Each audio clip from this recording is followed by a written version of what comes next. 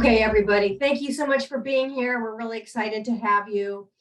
This is our Careers in Service program, hosted jointly by Career Services and this wonderful team of recruiters from City Year, Peace Corps, and Teach for America. My name is Diana Cedar, and I'm the Employer Outreach Manager here at Career Services, and I am the person who gets to work with these wonderful employer partners as they try to get to know you guys and share some of their very important career and recruiting information. So Career Services is really focused on supporting students as they learn and make decisions regarding their current and future work plans. And part of this support is offering opportunities for career exploration and learning about different opportunities that exist in a variety of industries. Today, we're going to be able to learn about 3 organizations that are very active on this campus. And they're focused on service to others and educational equity. So we have David Ortega, who's the recruiter for City Year, and Dr. Sakina Ali, who's a senior recruiter for Peace Corps, and Miguel Cabreras, who's a recruitment manager for TFA. So I'm going to let each of them introduce themselves in just a second. They'll tell you about what the organization does, what you can expect if you're an employee there, and other important pieces of information. And then we're going to ask a few questions we've already put together for you, and then hopefully open up for your personal questions. So be sure and start thinking about those. But also, if you have questions as the conversation goes on, feel free to put them in the chat. These guys are very comfortable answering on the fly, so that's a really nice thing. So 2 final things before we start. Number 1, I want to make you aware of a series that our office puts on called Prep with a Pro, and it's starting tomorrow at 10 a.m. We have L'Oreal, who's going to be talking about resumes and cover letters. The Prep with the Pro is a series that it has our employers come and lead conversations about important career-related things. So tomorrow we have L'Oreal doing cover letters and resumes. Next Tuesday at 11 a.m. we have Amazon Alexa sharing their thoughts on networking and LinkedIn. And Wednesday, May 3rd at 11 a.m., we have Enterprise Holdings that are going to be talking about interviewing and interview strategies. So all of those are listed on Handshake, and I'm going to put them in the chat for you to register if you want, and I hope to see all of you there. So finally, I would like to acknowledge the traditional custodians of this place and all the land upon which the university and we as individuals are located. We pay our respects to the Native elders past, present, and future, for they hold the memories, the traditions, and the culture of these areas, which have become a place of learning for people from all over the world. If you know whose Native community or communities your land you are on, reflect upon that and pay respect to them. If you don't, please take some time to research, pay your respect, and share with the people around you. So now I'm going to turn the reins of this thing over to David, Sakina, and Miguel. And I think we're going to start with Miguel sharing about TFA. Hey everybody, I'm Miguel. I'm about to share my slides. This one, let's go over here. Alrighty, hey everybody, my name is Miguel. I graduated from UCLA back in 2020, and I spent the last 2 years being a high school science teacher in Hawaii. And yeah, that's just a little bit of background on me. I did grow up in California, went to school down in SoCal, and then I got to have TFA kind of help me set up in a new location, almost of my choosing. So on the following screen or slide, there's a bunch of fun tidbits of information, kind of breaking down our program a little bit more. So I guess the biggest part is that all backgrounds are needed and welcome to apply. As long as you have some kind of bachelor's or are going to have it, you can apply to TFA. You don't need to have any experience in education, but any experience is welcomed. You can be any major, and yeah, it's a very nice part of the program. If you're really interested in working with younger kids, you can apply to work with kindergartners or 3rd grade or 4th grade. If you want to work with middle school, we can make that happen. If you want to work in high school, we can also make that happen. It really depends on the age of kids that you resonate with the most. Along with being able to preference what age of kids you work with, you also get to select which regions you would like to move to. We have up to 38 regions in the US. Some of them are urban, some of them are rural. So you really get that mix of hometown or big city life feeling that you really want. So if you want to know more about our regions, you can go to our website. They are all over the place. While you are in the program, you're going to receive a bunch of training before you get into the classroom, during your time in the classroom, and depending on whether you stay in the classroom or not, even following after. This is a paid position, so you get the full salary and benefits that come with being a public school teacher, and you get access to financial resources, you get some scholarships, and you also get some opportunities from grad schools and employers. We have a list of partnered graduate schools so if you're looking to go to law school, med school, go be a doctor of some kind, then we have those colleges lined up.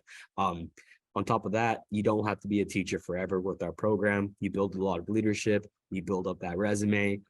If you can learn how to teach kids in a low-income school, odds are you're capable of anything that you put your mind to. So it's a really great learning experience. You can then take that real life world experience into that next career and hopefully be able to continue enacting change, building on that equity that we care so much about. And yeah, after those 2 years, you can either stay in the classroom forever, or you can go on to that next career path that you want, joining our network of alumni. We have people all over the place. And yeah, let me know if you guys have any questions, and I'll pass it over to David to talk next. Thank you, Miguel. Go ahead and Let me see if I could end this screen share, and yeah, take it away, David. cool. This.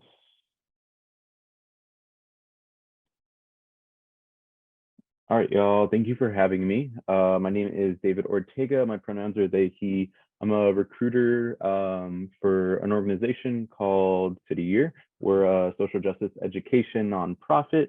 I'm sitting on Tongva land in the LA area. A little bit about me, my background. I was a transfer student. I went to Mount San Antonio College and then transferred to UC Davis up north. So a part of that UC system as well. I got my degree in English in 2017, was a first generation student. After graduating, I was one of those students that didn't start looking for a job until I graduated and moved home, which I wouldn't recommend, but glad to see y'all here kind of just getting an idea of what is kind of out there post-graduation. Have been working in education ever since I've graduated, worked in a variety of roles with students from after-school programs to substitute teaching, most recently as an academic advisor with high school students in kind of a college access role, and then transitioned into this role as a recruiter, where I put on a bunch of events like this, do outreach to folks who and students who express interest in City Year and wanting to get a little bit more information. So as I said, City Year, we are a social justice education nonprofit, recruiting for and accepting applications for every single year our student success coach position, which is really at the core of our organization. In this role, similar to TFA, you're going into schools, but you're not actually teaching. You're really just there as in-classroom support, maybe pulling students out for like one-on-one or group tutoring, social emotional lessons. You can see here on the screen a little bit of what you'll be doing every single day. So we do have 29 locations throughout the US, the closest of which to Santa Barbara being our Los Angeles site, but we have, anywhere from LA, Seattle, Sacramento, San Jose on the West Coast, all the way, to the Midwest and East Coast, and you can apply to any of our locations. As I said, you'll be in the classroom, supporting the partner teacher there, maybe going around table to table, answering students' questions. You will be on a team at the school that you're at. So we work with anywhere from 3rd through 9th grade, and certainly you'll be included in that conversation of what grade range, age range do you have preference or want to work with. Other things you'll be doing is, collaborating with your team to create after school programs, enrichment curriculum. There's definitely a lot of transferable skills that transfer to an education related career, but also a lot of different other sectors. Should you want to get into something else, we do accept all majors, and I understand it's like an education-based organization, but there's certainly pipelines into a lot of different areas. We have folks that go on the law school, medical school, maybe counseling, certainly a ton that get into education or nonprofits. So like I said, a bunch of different pipelines out of City Year. Some of the benefits include you get paid a biweekly stipend at each of our locations. You get relocation benefits. So at Santa Barbara, pretty much any location you move to, you will be eligible for those relocation benefits. You get full benefits, medical, dental, vision, and then you get the Sequel Education Award, which is basically just a scholarship that you can use for any current loans, future education. You can allocate it how you want. You also get access to all of our university and graduate school discounts. So again, this is another way to have a pipeline out of City Year. So it's a pretty comprehensive list of schools that offer tuition discounts to our City Year alumni specifically. A ton are in education, but like I said, there's some in public policy, there's law schools, public medicine. So going back to that, you're really developing a lot of skills and getting a lot of opportunities to grow as a professional and wherever that takes you. Certainly we have a lot of initiatives in place as well. So we understand it's an 11-month position and it's short term. So each of our locations have initiatives in place to really prepare you for what does your life after City Year look like. So we take that into consideration as well and are really there to support you, not only for success in the role, but long-term success after City Year as well. So if you are interested and want more information, you can go to our website, cityyear.org. That QR code there is really just to connect me with your contact info. If it's something you're interested in, no pressure in applying at all. It's really just to get more information. But yeah, other than that, I will pass it off to Sakina. Thanks for having us.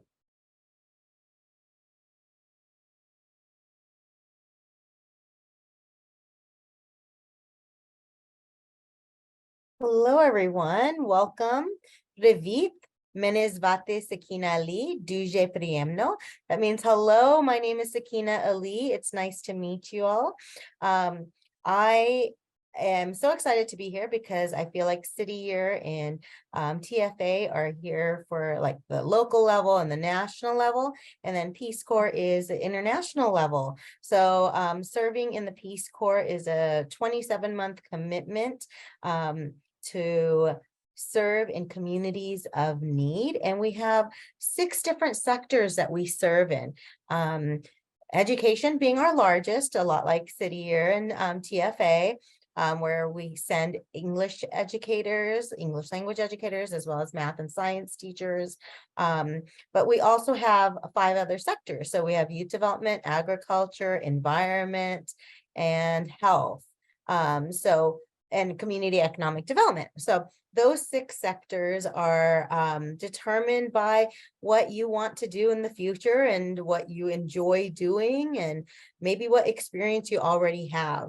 Peace Corps' mission has always remained the same: to promote world peace and friendship. And we really believe that you do this by meeting people, connecting with people, and talking to people in different communities. We send people out there to do these particular jobs in those 6 different sectors. You are a representative of the US, so you are teaching about your American way of life. And as we know, we're very multicultural here in the US, so we're sharing all the diversity of the US, and that's our goal, to send diverse applicants as well. And then you also learn as much as you can about the community that you're serving in and bringing that information back to your friends and family here in the US and sharing your knowledge amongst them. So that's a big part of Peace Corps, and that's how we believe the best ways to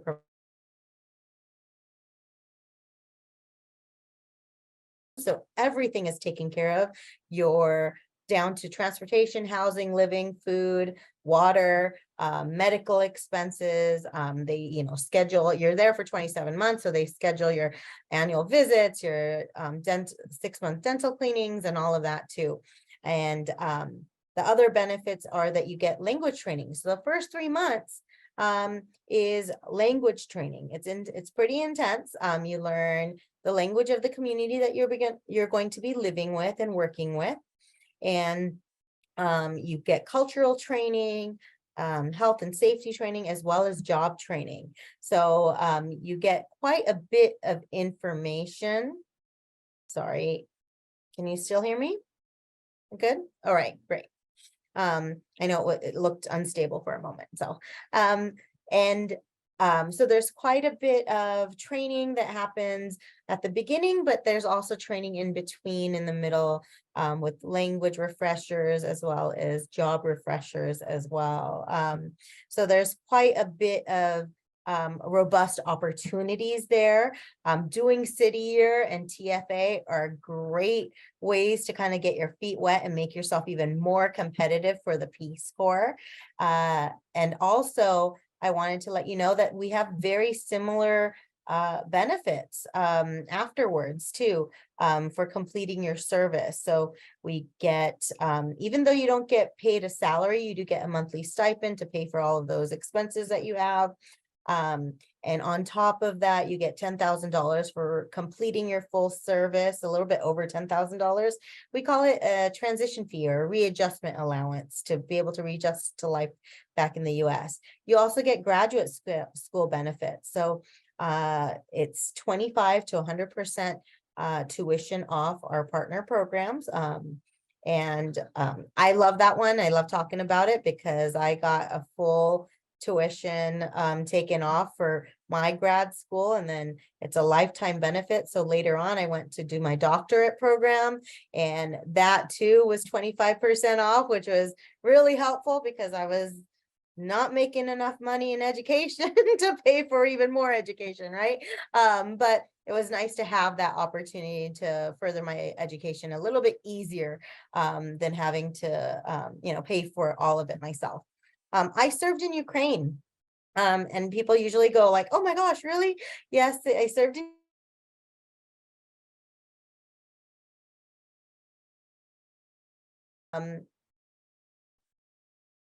did it stop You sharing? cut out a little bit right as you mentioned that you served in Ukraine. Oh no, Sakina, we lost you.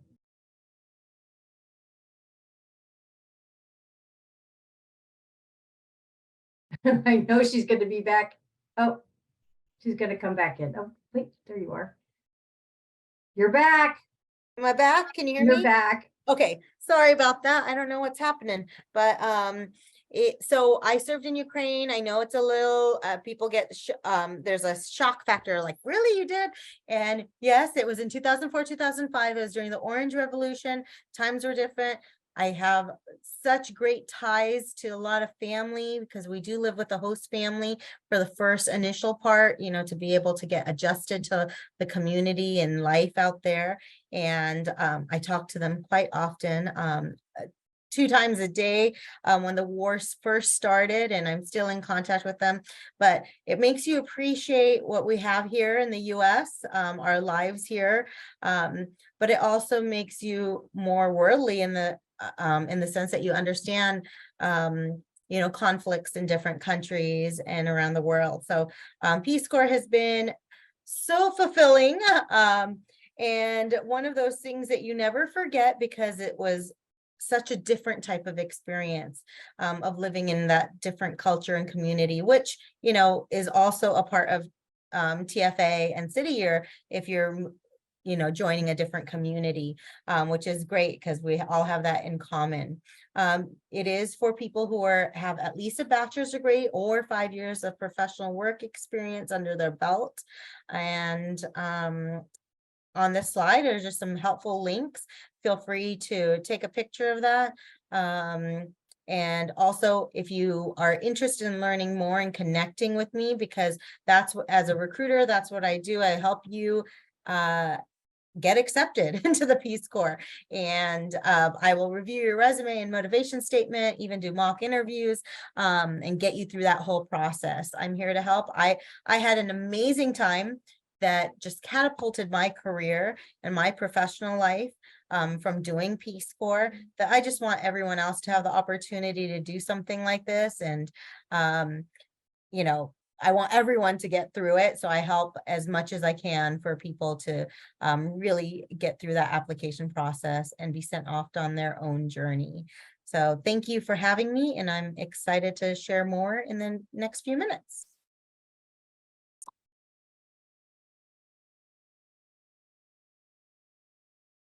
So I think we're moving now into the Q&A time. And I think we'll open it up to you students if you have a question, but if you don't yet, because I hope you do, I have a question that I would like our panelists to discuss. So Anna or Julie, do you have a question you'd like to throw in the chat or unmute yourself and ask, or shall I go ahead and start? I don't see anyone unmuting. So here's my question, just to kick us off. And again, students, please try and come up with your questions if you have any. I'm somewhat familiar with your different organizations, and each of them has a sort of unique application process. Could you walk us through the specifics of each of your application processes? And let's just go in the order that you just presented. Yeah, so the application process kind of depends on what year you are. Like if you are a junior, then you can apply early to begin teaching for fall next year. The earliest you could apply in your college like sequence is as a junior. If you're a freshman or a sophomore, you'll have to wait till at least junior year. You could also apply during senior year, fall, and since we're quarter systems, winter quarter, spring quarter. The application is going to involve a demographic survey and 2 essays. One asks about your greatest achievement, and the other asks about why do you want to enter education, service, and that sort of thing. I'm super down to help you out with the resume, super down to help you out with the essays and offer all the support that I can. Yeah, and that sort of thing. After the application, then comes the interview. The interview is really, really fun. It's a little intense though. So once again, offering a lot of support from me and my other teams and colleagues. So yeah, it's really fun. I think my favorite part of the interview is presenting a mock lesson where you teach, you pretend to teach the interviewer as a student, teaching whatever subject it is that you like. I taught high school AP Bio, and I taught about the evolution of people walking on 2 feet. And that was my mock lesson plan that I covered in 5 minutes. So you get to talk about whatever subject it is that you enjoy and like. And yeah, that's pretty much the application and interview process. And I'll pass it over to David.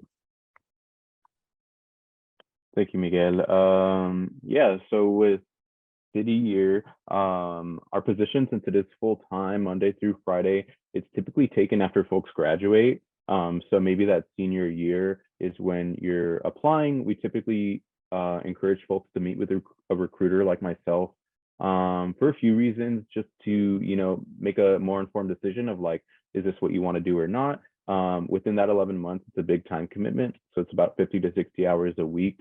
So, you know, we want to be really transparent about that, answer any questions you may have. And also folks who meet with a recruiter do better than in the interview usually, and are like receive the position at higher rates too. So that's another reason we tell folks to meet with the recruiter. After you meet with the recruiter, you can start an application on our website. And basic application questions, some short answer on there. You upload a digital resume, and you do need 1 professional recommendation too.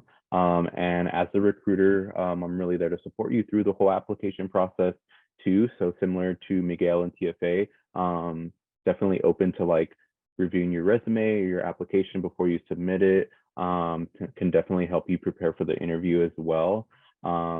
And let's say maybe you're a December graduate or something like that too. We do have applications that open up later on in the year too, where you can either start in October or January. But typically the start date would be maybe the summer after you graduate. So like late July or early August. And then it just kind of depends what time of year it is, how quickly the application gets reviewed. But after that, you'll receive an email and set up an interview. And it's a phone interview just done with one of our staff members. So it may be a recruiter from somewhere else. It may be somebody who works at one of the schools at for City or LA, or whatever location it is. But yeah, I'll go ahead and pass it to Sakina.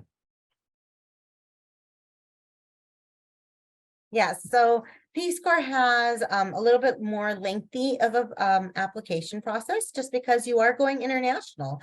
And you're going to have to go through some more background checks and medical background checks. So safety and security is our #1 concern for our volunteers. So we want to make sure that we can accommodate any kind of needs and medical needs that you might have as well. So that being said, you apply about a year or 6 to 12 months prior to when you're ready to depart.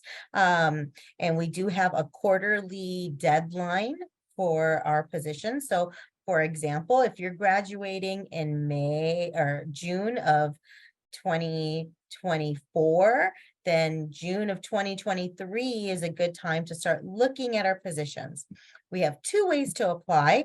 You can see all of our positions online, and you can either apply by directly to that particular position. So you might see a position like Zimbabwe,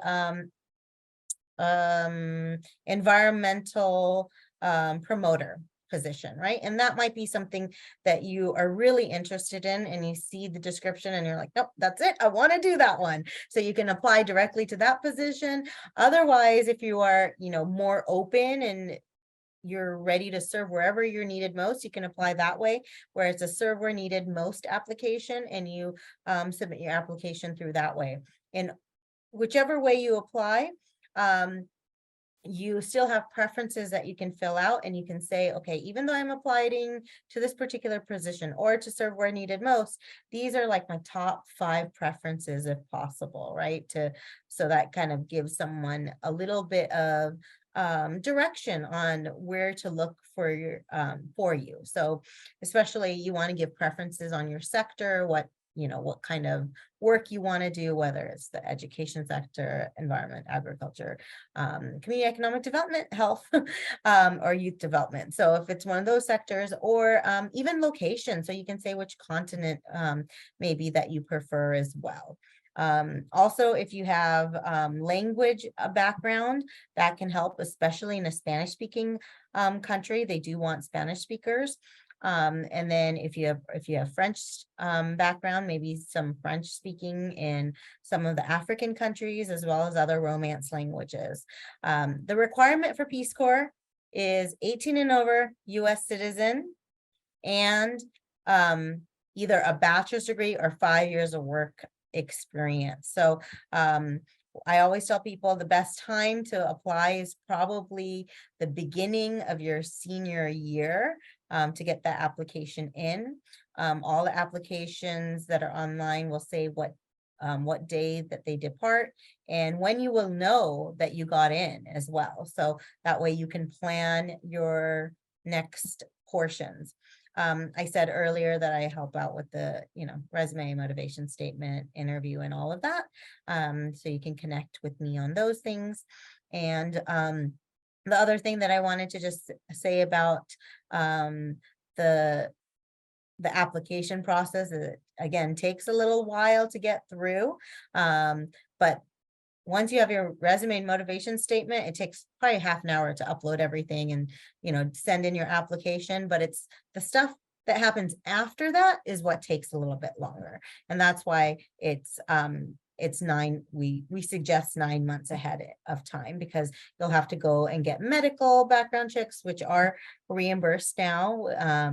And also you get, your FBI fingerprints done and submit all of those. And all of that takes a little time to get through. And then once you actually get accepted, then you have to do like passport stuff and other paperwork that comes through too. So it takes some time, because you are going internationally and they want to make sure that you're safe and secure wherever you go. All right, students, be sure and put your questions in the chat if you have them. Oh, we possibly have one. Thank you. I feel like game show. Oh, that was you. Okay. And I'm putting something in the chat too, just the links to the Prep with the Pro. But I do want to, I have a couple more questions. So students, you don't have to ask questions, because I can just keep going all afternoon long, but I won't. Okay, so here's my question for you. all these positions or these opportunities sound fabulous. Can each of you describe a day in the life or maybe a week in the life of somebody that's working for TFA, City Year, and Peace Corps? Because I think it's very, very varied. Mhm. Yeah, okay. So a week in the life of a teacher with TFA, I'm gonna kind of like run down how one of my weeks looked like when I was teaching on Hawaii. So most of my days started a little bit before what was the time? Maybe like 7-ish. I lived really, really close to school, like less than 2 miles away. A lot similar to a lot of the students. And for a while, I would ride my bicycle to school. So I would like ride my bicycle to school, and then I would begin teaching, and I would pretty much teach until like 3 p.m. And then after that, because I valued like my work-life balance, I would immediately go home. And after going home, I would then hang out with my friends. We would go beach, we'd go hang out. And then around like nighttime, maybe like 8 or 9, once everything closed down on the island, because bedtimes came pretty early on the island, I would then lesson plan. And if I wasn't lesson planning, then I was participating in my teacher credential classes, doing the readings, posting things, assessing like how can I make my lesson plans more equitable, how can I make sure that I'm reaching all my students and getting all their interests. And then I go to bed, and then I pretty much do it the same thing like the next day. It was a nice amount of teaching, a nice amount of getting to spend my time after school the way I wanted to spend it. Sometimes I nap, sometimes I beach, sometimes I go to Costco to go get food, adult stuff. But it was a pretty nice balance, and I'm very grateful for being able to have a lot of TFA friends that were very similar in age group and mindset and mentality. So it was nice having like built-in friends in the core on this in a new community that I did not know very many people. And then, to finish off the work week, we had the weekend, and most of the time we would like gather on the weekends, have like a nice long beach day. Most of the students would either go out like hunting, or they go out beach and like tailgate with their families where they barbecue. And sometimes like we go out and like do that same exact thing. Every so often we'd get like rent out a boat, because there'd be like 15 or 20 of us teachers that want to celebrate a birthday. So it was a really, really nice time. A lot of outdoorsy stuff, a lot of hiking. And I guess the fun extracurriculars you do will vary on the state you end up going to. But it's gonna be a lot of downtime, a lot of lesson planning, and a lot of teaching. And I'll pass it over to David.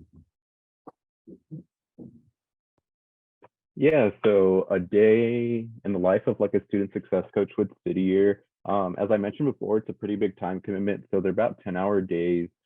Typically, you're starting your day around 7:15 in the morning before the school day starts, getting ready with your team. So you are on a team of about 6 to 12 folks, most of which are at that position with you. You do have a team leader as well, and a program manager who kind of serves as those like manager roles, providing like support and constructive feedback. Certainly like throughout the 11 months, you're building a lot of like community with your team and camaraderie, and at the school that you're at as well. After y'all kind of get ready for the day, you might be like greeting students as they come into school. And then once the school day starts, you'll hop into the classroom with your partner teacher. So you will be like at the same school, on the same team, the same partner teacher for the 11 months. And in the classroom, as I mentioned before, you're never leading instruction, never teaching, but really supporting the teacher there. So maybe going table to table, answering students' questions, making sure they understand the lessons and curriculum. And then as the year progresses, about 15 students that will be your focus list students will be identified that need extra support. So what that extra support could look like is you pulling them out for that one-on-one or group tutoring in math or English, maybe like those mentoring social emotional lessons, social emotional development lessons. And so that's kind of what it looks like throughout the school day. You'll also have time where you have planning periods similar to what teachers have. So these are times when you're not in the classroom with your partner teacher, but you're in the city or office really planning your approach on how you're going to meet your goals with the students, maybe meeting with that program manager to get like support on those goals and feedback, maybe asking them questions. Typically the office will be like open during lunch. So maybe students are coming in, or maybe you're going out and then you're ending that day setting up an after school program with in collaboration with your team. So that could look like a lot of different things. It's really a time for you to put your own touch on the program. So someone like myself, I was an English major, did a bunch of creative writing. I never did the city year program, but if I did, I would have certainly like put on like a creative writing workshop. So working on like maybe spoken word, poetry, like short stories over the course of a week or two in the after school program. But yeah, that after school enrichment program is really a time for you and your team to collaborate and like creating that enrichment for students. And then typically you'll end your day around 5 p.m., 5:30, just kind of depending on how that enrichment program rolls out, if it's going for a longer day or not. And that's typically what an everyday looks like as a student success coach. Like I said, you're really building a lot of bonds with your team, and depending on the location that you choose to apply to, so you can apply to any of them. There's certainly, each of them has, their own things that you can do outside of the work. So obviously, a lot of folks from UCSB might go to LA, and I think a lot of us know about LA. There's museums, there's nightlife, there's things to do. I have a coworker who did this program in Seattle, and there was a house there, or multiple houses, that a lot of core members would stay in over the years. So you might be living with other core members and doing stuff there, getting together for like birthdays, like Miguel said. But yeah, certainly each city has its own like draw to it, and certainly is an opportunity. If you want to move to another part of the country for that 11 months, you certainly can do that.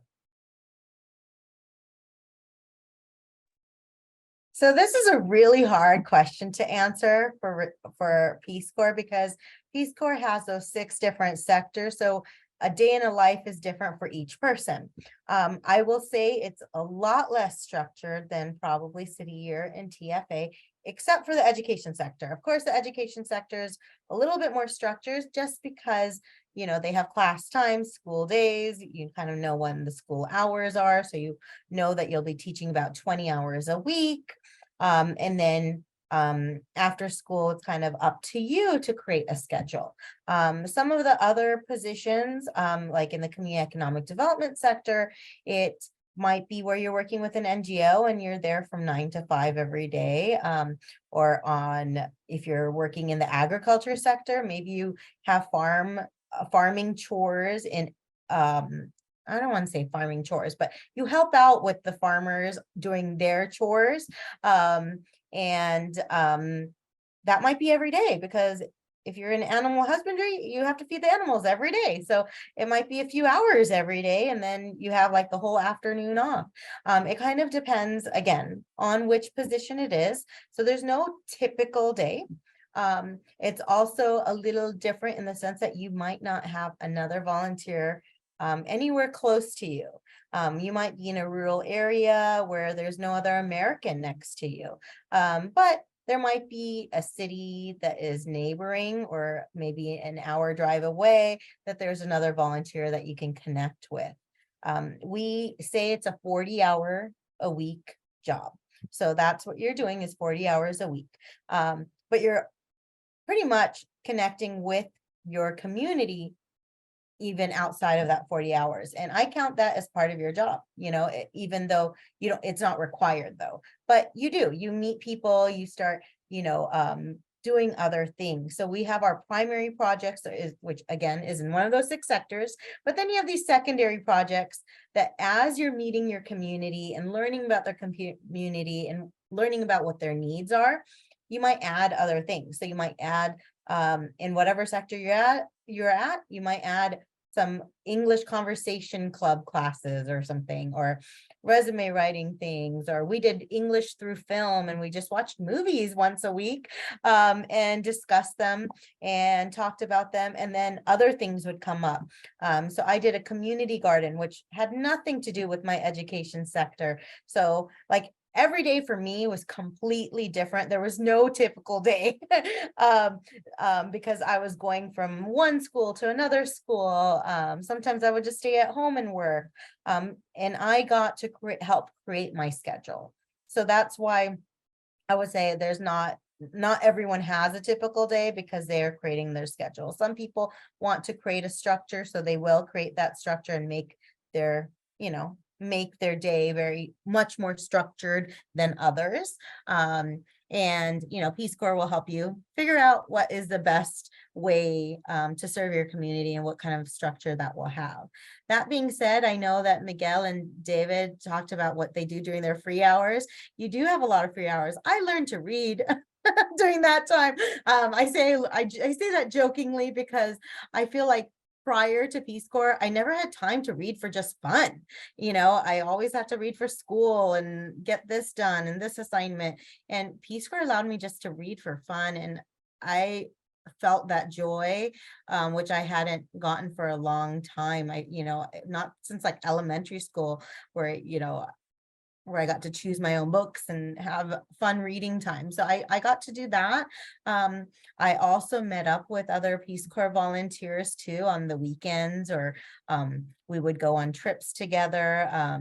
You'd get 24 days off a year with Peace Corps, so you can use that however you see fit. So some people a very few people come back to the US during that time, but most people use that time to just travel around and see other parts of the world and other parts of that country itself. And for example, I was able to go to Hungary and Greece and Turkey, and it was all on the salary or the stipends that Peace Corps gave me every month. So I didn't have to have any, money out of pocket to do some of these activities, which was great. And the other thing that I wanted to say is, Miguel and David, maybe you can correct me if you're wrong, but there is kind of an age range of the volunteer or the people in TFA as well in City Year. For Peace Corps, there is no cap. You could go right after college, or you could go after you retire from your career, when you're 65. I served with someone who was 87. So there's no age range as long as you're healthy and you're motivated to help communities of need.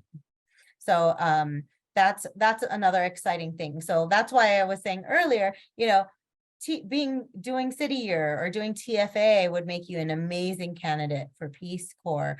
You don't need to do those things to be part of Peace Corps, but they give you that experience and that know-how that make you even more successful when you do Peace Corps.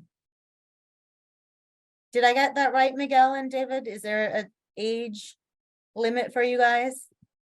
There's no age limit. I would say like really common ages are freshly out of college.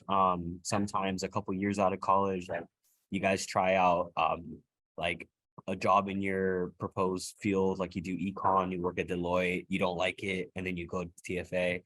We have a handful of people who have families in their 30s and 40s and want a career change. And we also have some people who kind of come out of retirement to do TFA. So we get people from like all ages and all areas that end up doing it. Yeah, specifically for us, the requirements are U.S. citizenship or permanent residence and be between the ages of 18 and 25. So for any reason folks don't meet those qualifications, we direct folks to our staff openings too. So certainly, like if you don't meet those, we have a lot of staff positions nationwide too. Okay, I have one more question for you all, and it's kind of a two-part question. By the way, thank you for that answer. It's very interesting to hear about the day or the week in the life of a City Year TFA or Peace Corps individual. And this sort of relates to that. So I want to know where folks go after your respective programs, typically, if you can actually say that. And then how do you work with your alumni? Once you've left the program and wherever it is you go, what is the connection back? Because I know each of these programs does have a healthy alumni group, hugely committed alumni group. And what does that look like? What can you look forward to if you participate and graduate to alumni status from your companies?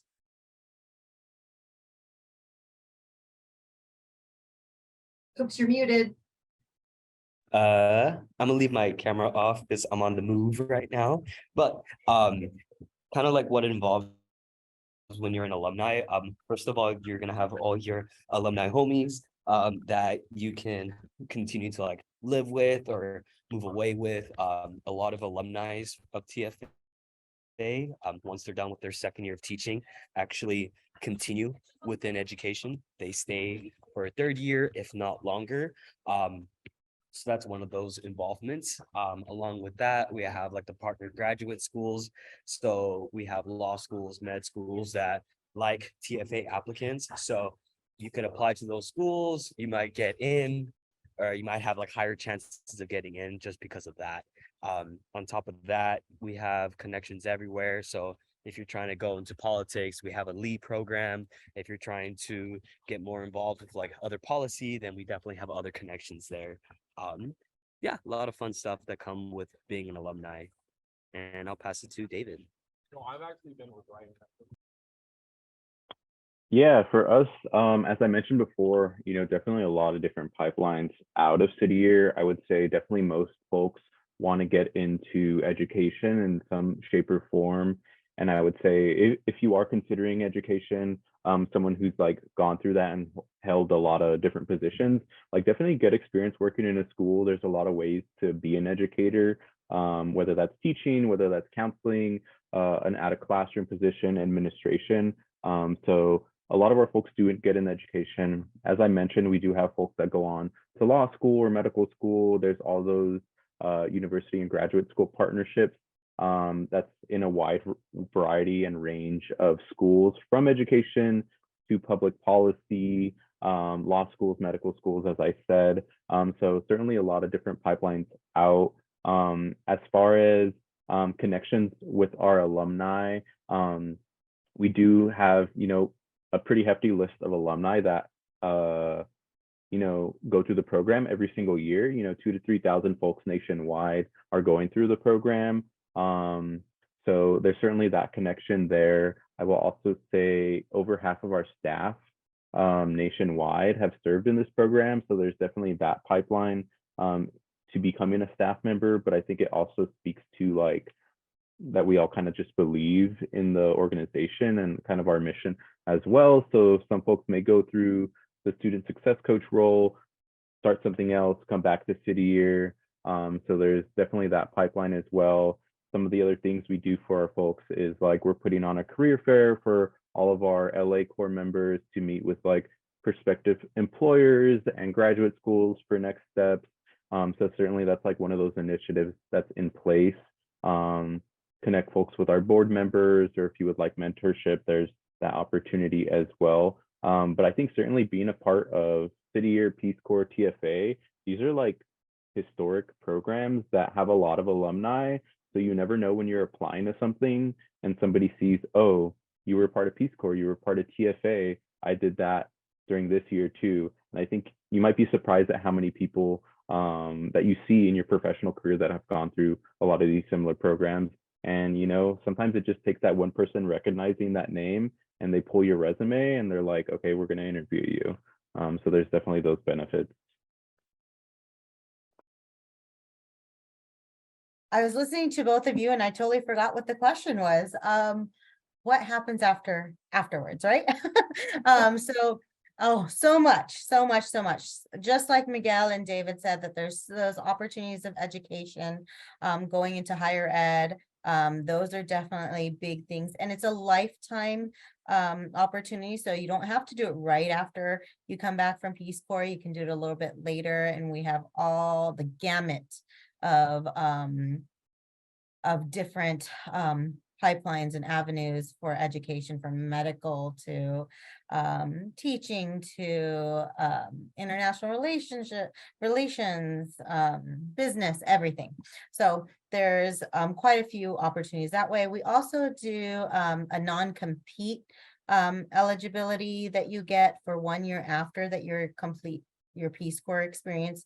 Non-compete eligibility is for federal government positions that get just a little bit of a higher status for 1 year after you complete your service, so that you can get into a career or a field right away when you come back. A lot of people go into foreign service. They get so excited, they get that bug of like traveling around and doing different things, so that they often do that as well, go into the foreign service or do international relations or USAID. So there's quite a bit of that. If you're part of the health sector and you're interested in working for CDC, well, CDC, about 1/3 of the people that work for CDC are returned Peace Corps volunteers, because they get offered the job before anybody else. So the position gets posted for return Peace Corps volunteers, and then if there's no one that applies, then CDC posts it on their own websites and USA Jobs to others, and opens it up a little bit more. So there's a lot of government agencies that do that. They will take a return Peace Corps volunteer above a non-return Peace Corps volunteer. And I think TFA has some of those same similar benefits as well. The other thing is we do have 240,000 or more alumni, and it's huge. It's called the National Peace Corps Association that everyone becomes a part of. And then they have all these local ones. So UCSB has a large alumni association. It's called the Santa Barbara Peace Corps Association. They do a bunch of things all the time right there in Goleta and Santa Barbara. So if you have time, join them, find out about their experiences. And they're amazing. Not just the Santa Barbara Association, but during COVID, when everyone was evacuated, we had 7,500 people evacuated across the world, and people came home on a plane and didn't know what they were going to be doing. Like, where are they going to go when they get here? And alumni just showed up at airports, picked people up, and just took them to their home. Said, you're going to quarantine with us for 2 weeks before you go to your family, or before you figure out what's next, or you know what, stay with us. We have a room for you, and we'll even get you a job. And so this alumni group is incredible. I am not afraid of ever not having a job. I always feel like I will have some support. And I'm sure that, you know, Miguel and David can probably say very similar that, you know, these are tight networks. Like, and even if you're not friends with everyone and you don't keep in contact constantly, someone will easily help you out regardless, because they know that you served, that you were of service to other communities in need. And you know, that's valuable. We already, like, I already, even though Miguel and David, I've never met in person, but I have this kinship with them already. And I feel like, oh, they're good people. They're good people. Like, if they were swinging by my house and needed a room, I would open my door and give them a key and say, stay over. You know, that's how close this like group becomes, because we know that you have that heart and that motivation to help others. And so it's like an instant community that you get. So, and I think it's across the board. It's not just for Peace Corps, it's for, you know, for all of these service groups. Well, that is a remarkable note to leave this event on. And I really do believe that these networks that you all have with, you know, respect to your organizations, they are tremendous.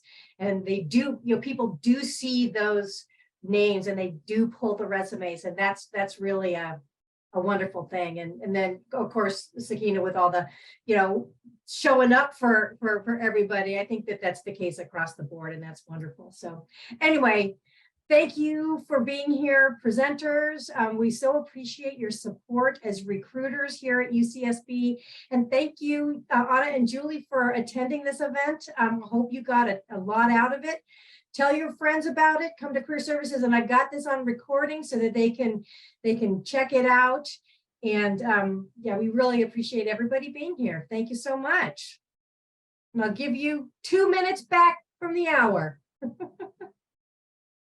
Thank you everyone for coming. This was great. Thanks everyone. Take care. Have a great day. Bye all.